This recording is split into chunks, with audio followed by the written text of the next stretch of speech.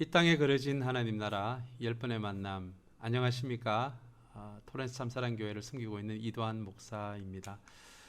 오늘은 두 번째 만남, 죄 하나님 나라를 훼손시키다는 주제로 함께 은혜를 나누고자 합니다. 요즘 교회 안에서도 인기 없는 이야기의 주제 중에 하나가 바로 죄 이야기가 아닌가 생각해 봅니다. 좋은 분위기에서 죄 이야기가 나오면 분위기가 썰렁해지기도 하고 조금 분위기가 어려워지기도 하는 이야기가 바로 이 죄 이야기가 아닌가 싶습니다. 지금 우리가 살고 있는 시대의 문화도 이 죄를 가볍게 다루기는 마찬가지입니다. 제가 인터넷에 보니까 이 신푸 디저트라는 게 있더라고요. 이게 칼로리가 굉장히 높은 디저트를 죄가 많은 디저트, 우리말로 표현하자면 그런 내용인 것 같습니다. 그래서 우리 인간의 이 죄의 문제를 진지하고 깊게 다루는 것이 아니라 이제는 이렇게 상업주의에서 조금은 가볍게 다루는 그런 이야기가 죄 이야기가 되어가는 것이 오늘날 이 시대의 또 한 문화의 단상이 아닌가 생각해 봅니다. 성경이 이야기하는 죄 이야기를 잘 이해하기 위해서 우리 지난번에 첫 번째 만남에서 다룬 우리 하나님 나라에 대해서 잠깐 좀 이야기를 나누도록 하겠습니다. 우리 창세기 1장 2절에 보니까 하나님이 창조하시기 이전에 이 공간의 상태가 공허했고 혼돈했고 흑암이었다라고 이렇게 이야기를 합니다. 하나님 나라가 이루어지지 않는 상태가 바로 이런 상태였다라고 하는데요.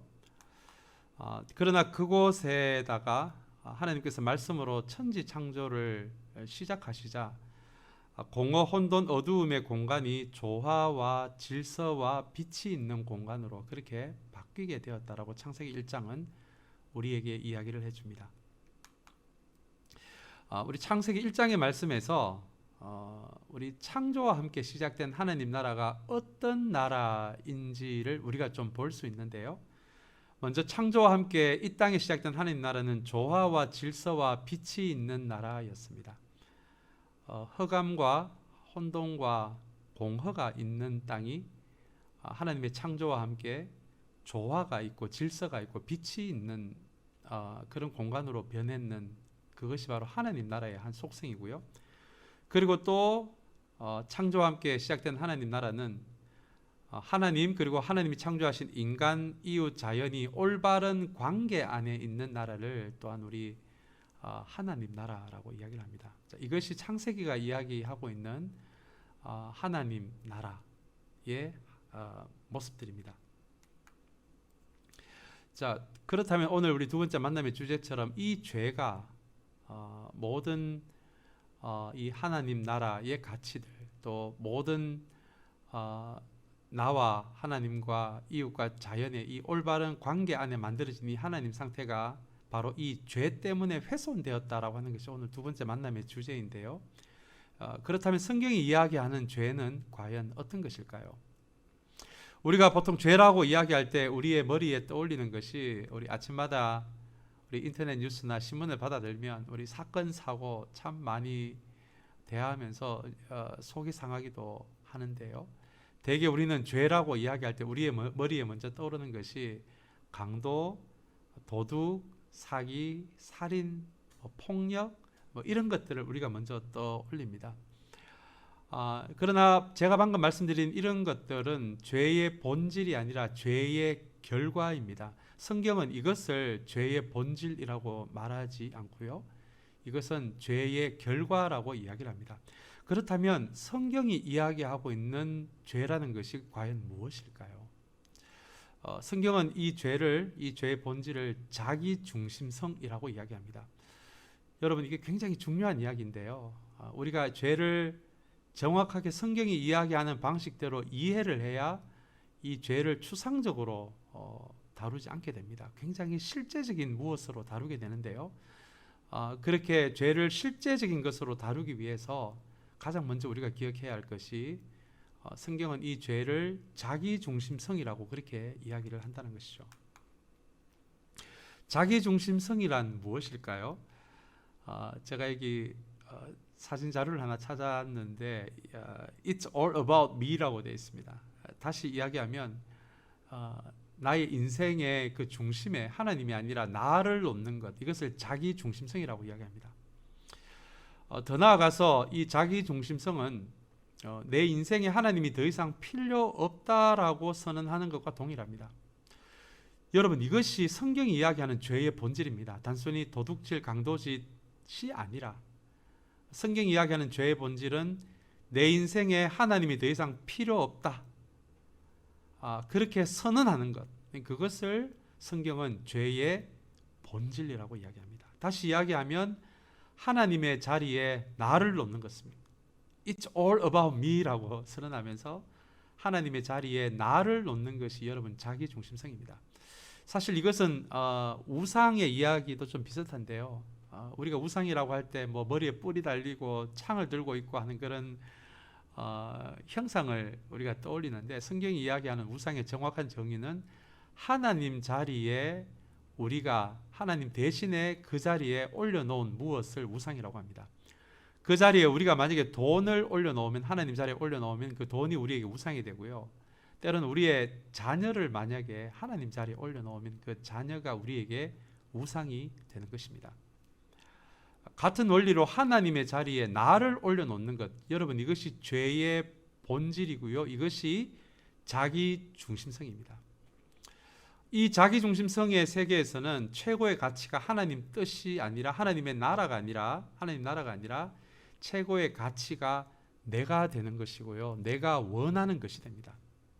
여러분, 이것이 어쩌면 우리가 가볍게 생각했을 수도 있을 법한 이 자기 중심성이 실제로 성경이 이야기하는 이 죄의 핵심적인 본질이 됩니다.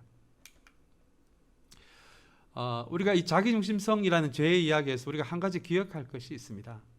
이 자기 중심성이 죄의 본질이라고 해서 이것이 나를 중요하게 생각하지 말라, 나를 소중하게 가꾸어 가지 말라라는 이야기가 아닙니다.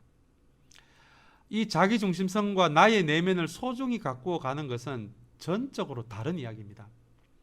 성경이 이야기하는 것은 하나님 자리에 나를 놓는 그 자기 중심성이고, 내 인생에 하나님이 더 이상 필요 없다라고 선언하는 그것이 자기 중심성이지, 그것이 나 자신을 소중하게 가꾸어 가세요라는 말하고는 전혀 다른 이야기입니다. 이 두 가지의 착오가 없어야 되고요. 우리 여러분 그 밭 비유 다 아실 것 같아요. 우리 예수님께서 밭의 비유를 이야기하시면서 길가밭, 돌짝밭, 가시덤불밭, 좋은 밭을 이야기하셨는데, 어떤 의미에서는 우리의 마음 안에는 이 네 가지 밭이 다 있는 것 같아요. 나는 돌짝밭만 있고 나는 길가밭만 있다, 이거는 아닌 것 같아요. 대개 예수 그리스도를 주님으로 고백하는 사람들의 우리 신앙의 성숙도의 차이는 있을지언정 각 사람의 마음에는 이 네 가지 밭이 다 있는 것 같아요. 문제는 이 네 밭 중에 어느 밭에 우리가 관심을 가지고 비료를 주고 물을 주면서 어느 밭을 키우느냐라는 것이죠. 내가 만약에 내 안에 이 돌짝밭에 관심을 가지고 돌짝밭에만 계속 물을 주면 내 마음 안에 돌짝밭이 커지고요, 상대적으로 좋은 밭은 점점 크기가 줄어드는 것이 여러분 마음의 법칙입니다. 그래서 나의 내면을 소중히 가꾸어 가라라고 할 때는 우리 마음에 다 이런 마음들이 있지만, 특별히 좋은 밭에 집중을 하고 거름을 주고 물을 주어서 말씀에 반응하는 우리의 내면의 영역이 점점 더 넓어지게 하는 것, 이것이 나의 내면을 소중히 가꾸어 가는 방식이 될 것입니다.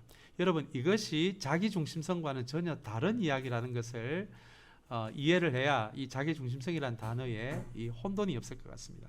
꼭 기억하시고요. 자, 그리고 그 다음에 우리가 꼭 알아야 하는 것이 이 자기 중심성의 영향력입니다. 우리가 이 영향력에 대해서는 잘 이해를 못하는 것 같아요. 우리 죄를 회개합시다라는 목사님의 보통 이야기에 우리 주여 삼창하는 교회도 있고, 그렇게 뜨겁게 이제 기도하는 식으로 우리가 회개 기도를 많이 했을 것 같습니다. 저도 고향 교회에서 어린 시절부터 그렇게 많이 회개 기도를 해 왔었고요. 뭐 얼마나 아름다운 시간입니까?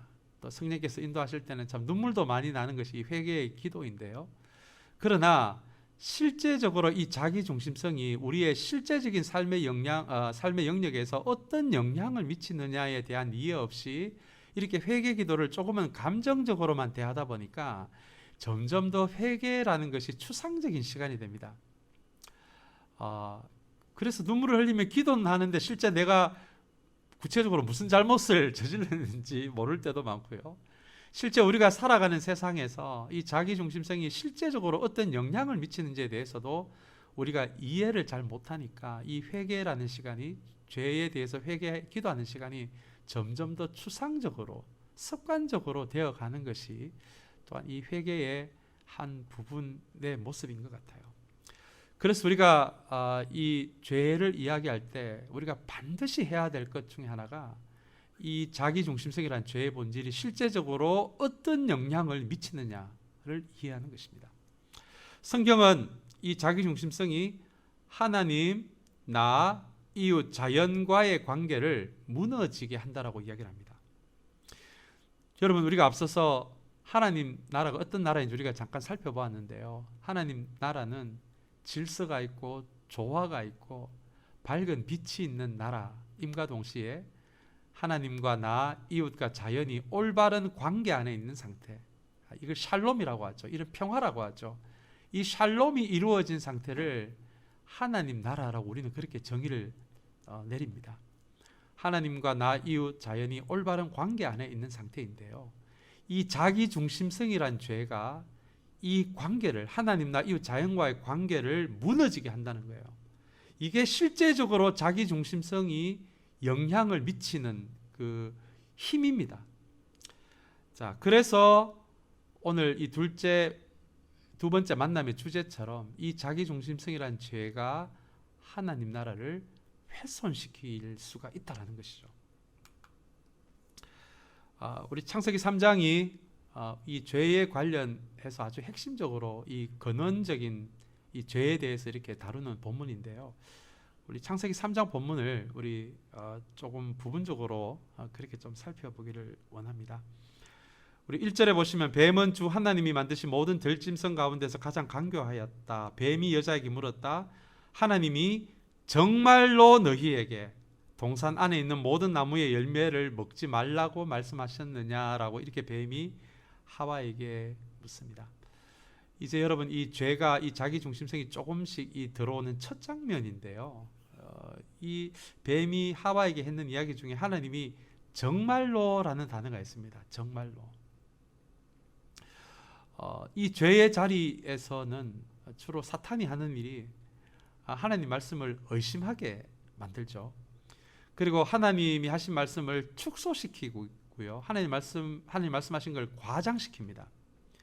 그리고 실제로 하나님은 아담과 하와에게 이 동산 안에서 너희가 해도 되는, 풍성하게 누릴 수 있는 수많은 이야기를 해주셨는데, 지금 뱀은 하와에게 그것은 다 제거시키고 하나님 말씀을 축소해서 하지 말라라는 그거 하나만을 부각시키면서 그것도 정말로라는 단어를 쓰면서 하와라 하여금 하나님 말씀을 의심하게 만들고, 그리고 한 가지 금지사항에 대해서 불평하게 만드는 그 분위기를 조성하는 장면이 바로 3장 1절의 말씀입니다.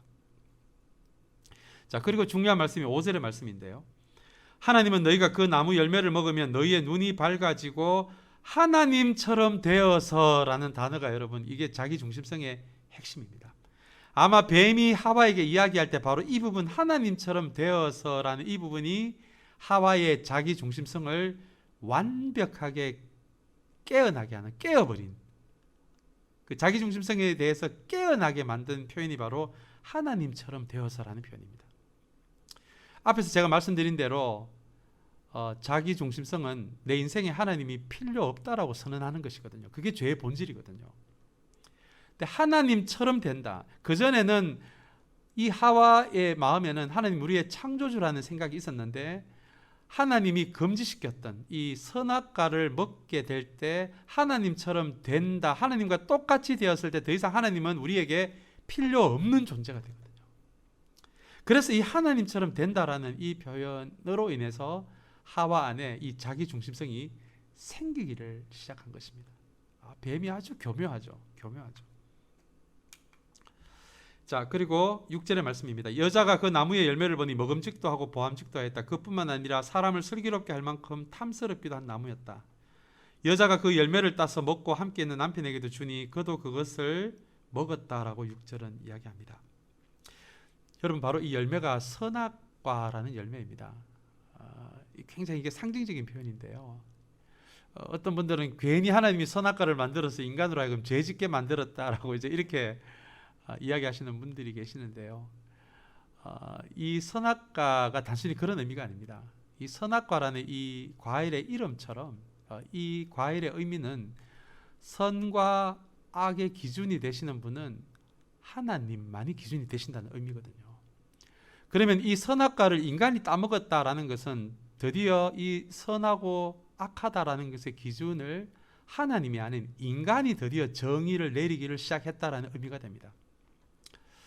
하나님이 우리의 인생에서 필요 없다라고 선언했을 때 제일 먼저 벌어지는 일이 선하고 악하다는 절대적인 기준이 무너지고 내 감정에 좋은 것, 나에게 좋은 것, 그것이 선과 악의 기준이 됩니다. 하나님이 내 인생에서 필요 없다라고 선언할 때 이렇게 절대적인 선악의 기준이 무너지면서 철저하게 내 감정에 좋은 것으로 선악의 기준이 바뀌어지는 것, 여러분, 이것이 선악과의 의미입니다.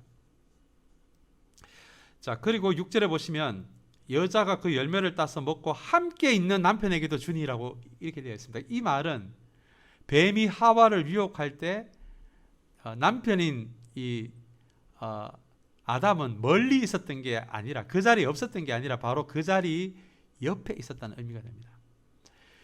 여러분, 이게 참 이게 흥미로운 부분인데요. 분명히 하나님께서 선악과를 먹지 마라라고 이야기를 하셨기 때문에 뱀이 와서 자기 아내인 하와를 유혹할 때 그 하나님 말씀을 기억했다라면 뱀이 유혹하는 걸 멈추게 하고 하와에게 하나님이 하지 말라는 것을 왜 하려고 하느냐, 아내의 행동을 멈추게 하고 하나님이 말씀하신 것을 상기시켜 줘야 되는 게 맞잖아요. 그러나 하나님처럼 된다라는 이 표현이 아담의 마음도 휘저었거든요. 그런데 하나님은 하지 말라라고 했으니까 자기는 차마 하지를 못하고 자신의 아내가 유혹에 넘어가는 그것을 통해서 만일 뭔가 일이 잘못되면 하와에게 이거를 그 하와에게 모든 원인을 돌리면 되니까 이 변명거리가 되잖아요. 그래서 자기 아내가 넘어가는데 이 아담이 바로 옆에서 가만히 있었다는 거예요.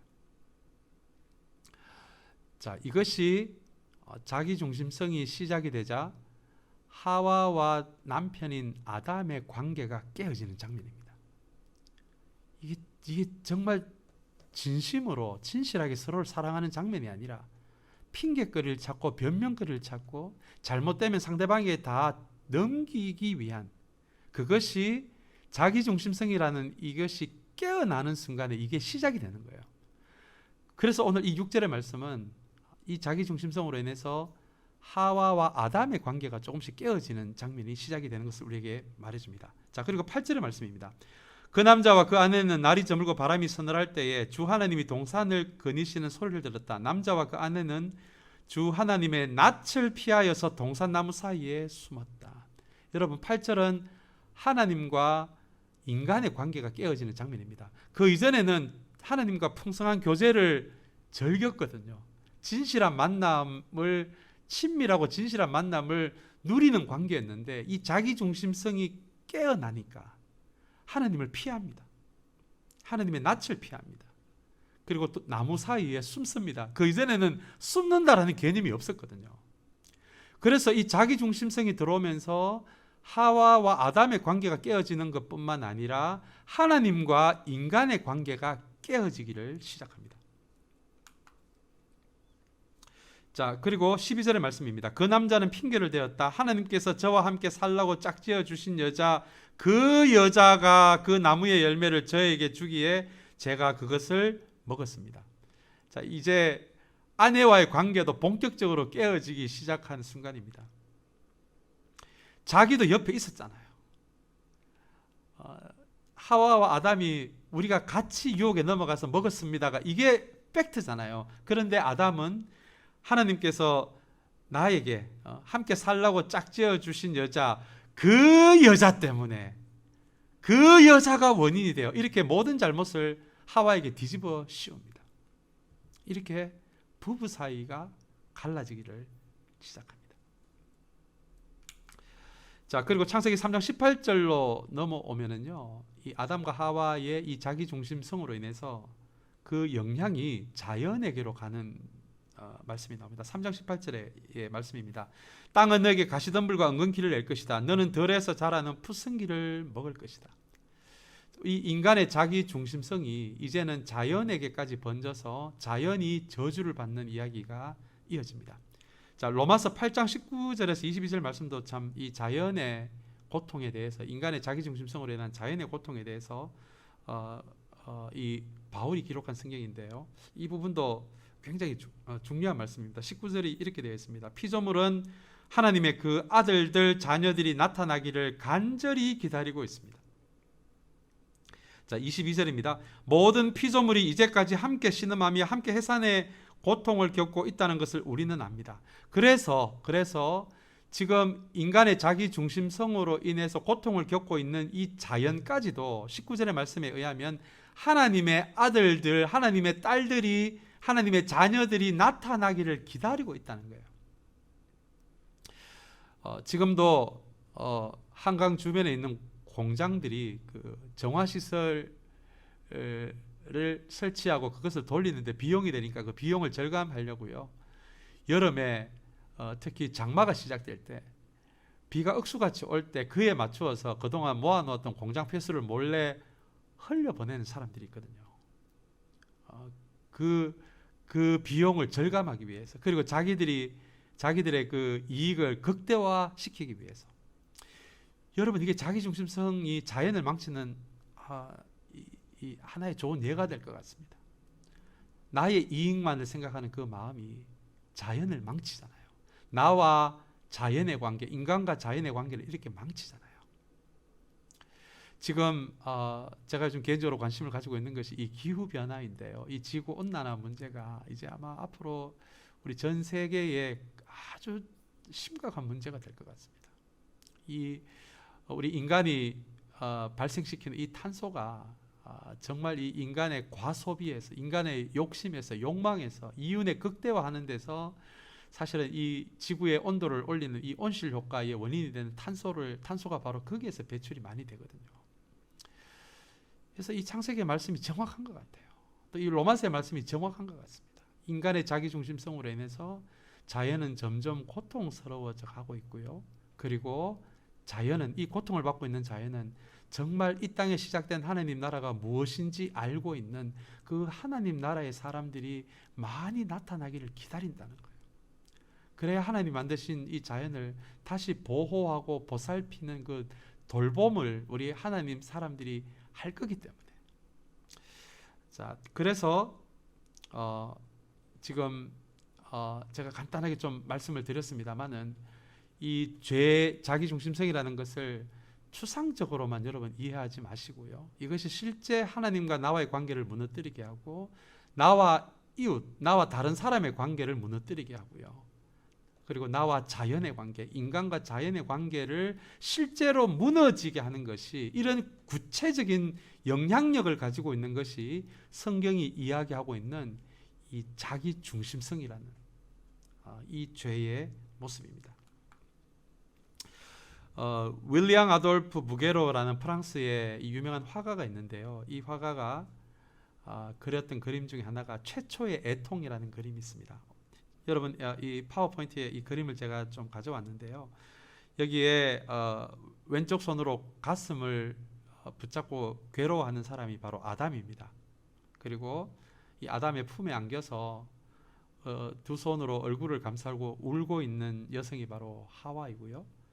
그리고 아담의 무릎에 올려져 있는 이게 시신입니다. 죽은 시신인데 이 시신이 바로 아벨의 시신입니다.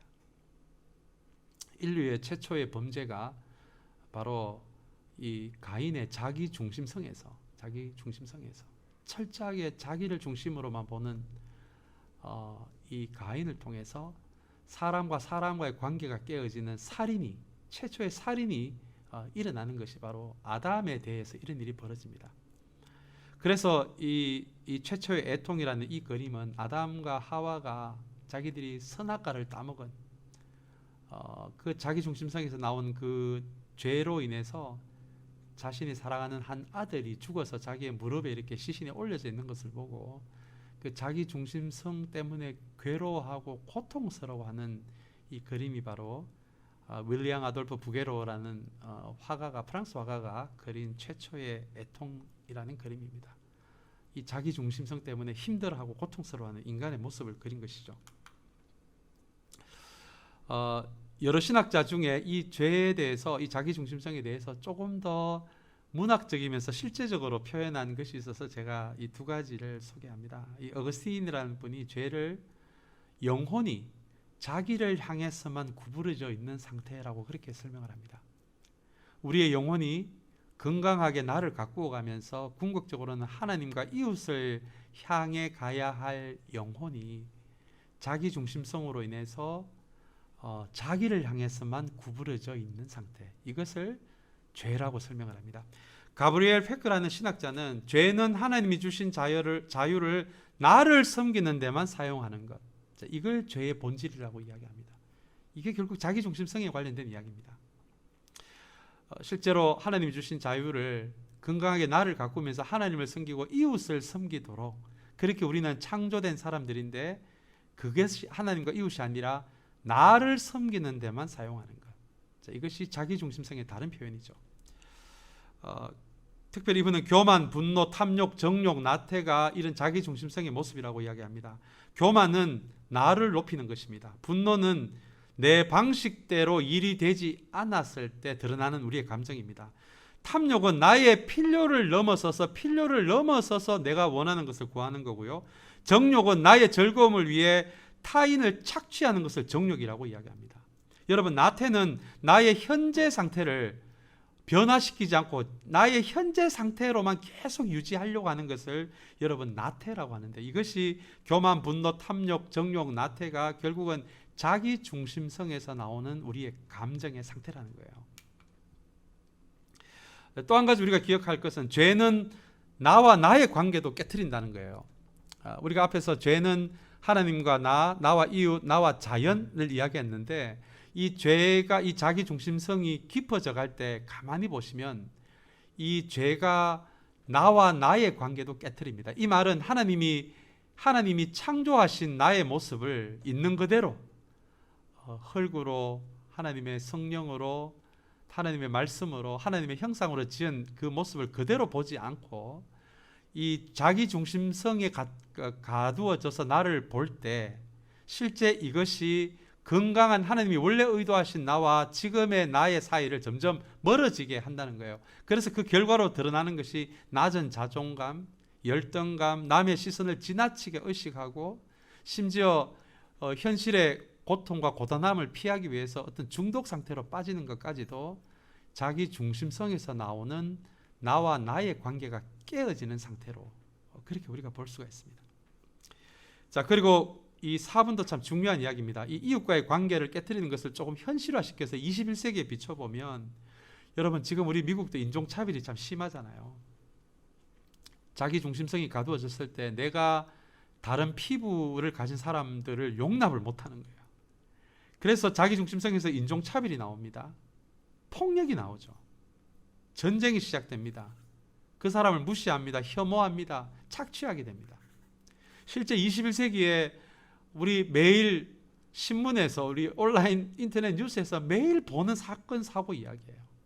성경은 마침내 최종적으로 이 모든 것이 이웃과의 관계를 깨트리는 이것이 결국은 자기 중심성에서 나온다라고 그렇게 성경은 이야기하고 있습니다.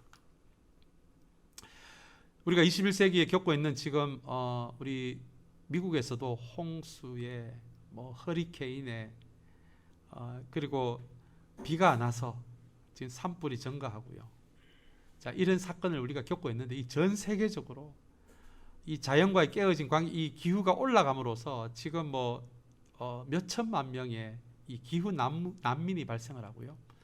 또 이렇게 지구 온난화가 심해지면서 홍수가 심해지고 가뭄이 심해지고 산불이 심해질수록 이 식량을 생산할 수 있는 부지가 이 땅이 작아지면서 이 식량 부족 사태가 일어날 수밖에 없고요. 그러면 아프리카나 뭐 그런 쪽에 남미나 이런 데서는 더 많은 식량을 차지하기 위해서 전쟁이 벌어질 수밖에 없고요. 이런 엄청난 지금 우리가 현실에서 현재 겪고 있는 이것들도 결국은 우리 인간과 자연의 관계가 자기중심성으로 깨어짐으로써 이것이 시작이 되었다는 것입니다. 환경 파괴가 이어집니다. 생태계 파괴가 이어집니다. 그리고 이것은 바이러스가 지속적으로 생길 수밖에 없는 환경이 조성이 되고 있는 상태거든요. 지금 우리는 코로나 바이러스로 힘든 시간을 보내고 있지만 아마 이 지구 이 기온이 상승하는 문제, 온난화 문제, 우리 인간의 탐욕을 근본적으로 다스리지 않으면 아마 얼마든지 지금 코로나 바이러스 같은 바이러스가 계속 출몰할 수밖에 없는 기후 상황이 되고 있는 것이 현재 자연과 인간과의 관계가 깨어진 현재의 모습입니다. 이 자기중심성에 대한 결과들이 너무 엄청나다 보니까 우리 크리스천들도 이 죄에 대해서 조금씩 무감각해지면서 되게 이런 반응들을 보이는 것 같아요. 어떤 분들은 분리의 반응입니다. 세상은 세상이고 우리만 잘 믿으면 되지라는 분리의 반응이고요.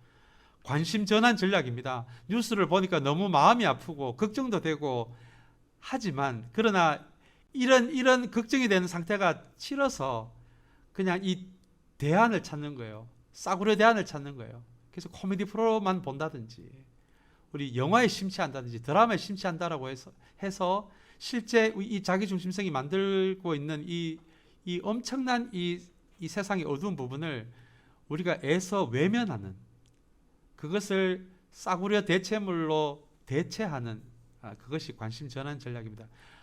또 우리의 한 반응이 절망입니다. 우리 막 절망만 하는 거예요. 절망만. 야, 이제 말세다. 주님 곧 오실 때가 됐다. 우리가 이렇게 반응할 수가 있고요. 이건 제일 안 좋은 겁니다. 파괴 전략입니다. 이 자연이 망가지는 것에 대해서 아무런 의식을 하지 못하고 우리도 그냥 계속 자연을 파괴하는 삶을 살아가는 거예요. 우리의 욕망을 따라, 탐욕을 따라. 되게 우리 크리스천들도 이 4개 중에 하나의 반응을 지금 우리가 보이고 있는 것 같아요. 조금은 이해가 되는 측면도 있습니다. 왜냐하면 이 자기중심성이 만들어내고 있는 영향력이 너무 커서 우리가 뭔가 할 수 있는 일이 잘 보이지를 않거든요. 이제 마지막 슬라이드입니다. 자, 우리가 이 상황에서 다시 한번 우리가 질문해 볼 수 있는 아주 반드시 던져야 하는 질문입니다. 과연 이 자기중심성은, 그리고 이 자기중심성이 만들어낸 어마어마한 영향들을 바라보면서 과연 이것을 우리 힘으로 해결할 수 있을까라는 거예요. 과연 지금 이렇게 많은 것이 망가져 버린 이것을 과연 인간의 힘으로 여러분 이것을 해결할 수 있을까요? 어떤 분들은 과학이 해결할 수 있다고 믿는 분도 계시더라고요. 물론 그런 측면도 있습니다. 그러나 과학은 또 다른 자연의 파괴와 인간의 소외를 만들어내는 측면도 있거든요.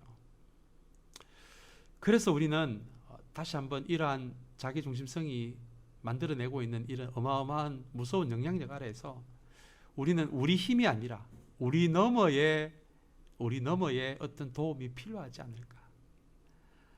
이러한 자기중심성이 시작되는 이 상황에서 이제 마침내 다시 이 땅에 하나님 나라를 시작하게 하는 것이, 훼손된 것을 회복하고 고치고 이 땅에 하나님 나라를 다시 시작하게 하는 것이 예수 그리스도의 복음입니다. 우리 이 복음 이야기는 우리 3번째 만남에서 이 자기중심성의 영향력 안에서 예수 그리스도께서 오실 수밖에 없는 복음 이야기, 그래서 하나님 나라가 다시 시작되는 이야기는 우리가 다음 시간에 함께 다루도록 하겠습니다. 감사합니다.